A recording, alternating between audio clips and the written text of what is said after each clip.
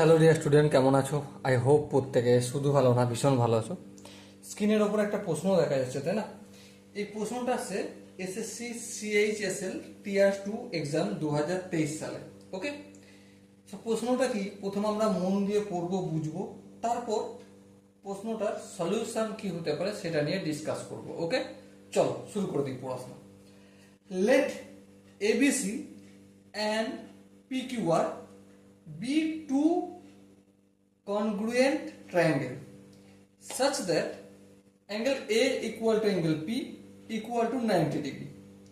If BC equal to 290 centimeter, PR equal to 21 centimeter, find the value of AB.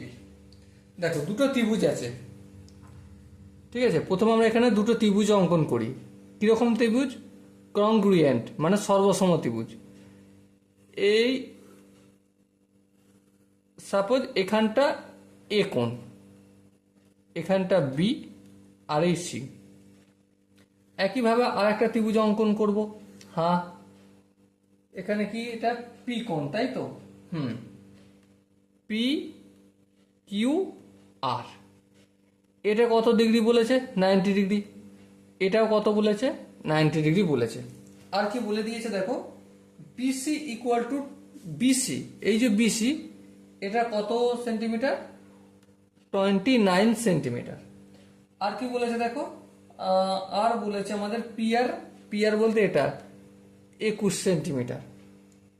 ঠিক আছে, তাহলে আমাকে এখন বলতে হবে এই বিটার দৈর্ঘ্যটা কত।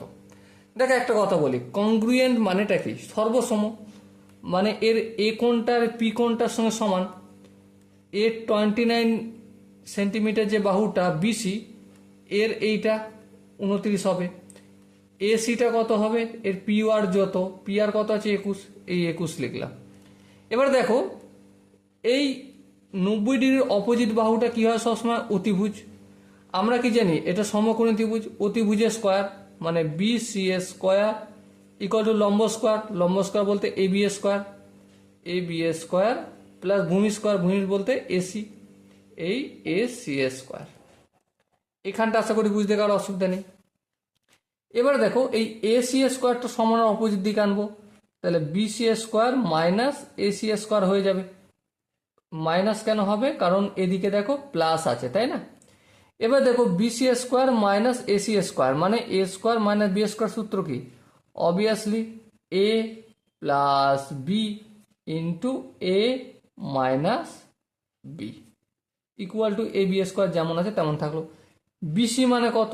বিসি মানে 29, এই 29 লিখলাম, প্লাস এসি, এসি মানে কত? 21, এই 21 লিখলাম।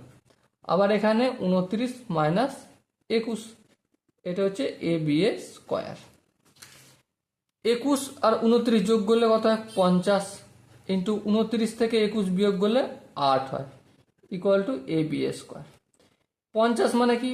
25 গুণিতক 2, 8 মানে কি?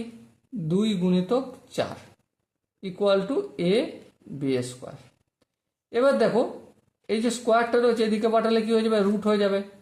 সো এটা 25টা ভিতরে আছে আর এটা 2 দুগুণে 4 আর এই 4 রয়েছে, এটা হচ্ছে এবি। সো দেখো এখানে 25 থেকে একটা 5 বের হবে আর দুটো 4 থেকে একটা 4 বের হবে। সো আলটিমেট রেজাল্ট কত হলো? 4 5 20 সেন্টিমিটার। সো আনসার কি চেয়েছিল? আনসার চেয়েছিল আমার যে এবি এর দৈর্ঘ্য কত। এবি এর দৈর্ঘ্য কত পেলাম? Option C, 20 centimetre. Okay, so dear student, I hope তোমরা প্রতিটা স্টেপ বুঝতে পেরেছো।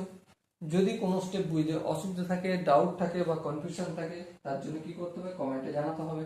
ওকে, সো দেখা হচ্ছে পরবর্তী সেশনে। ততক্ষণ পর্যন্ত ভালো থেকো, সুস্থ থেকো এবং জয় হিন্দ।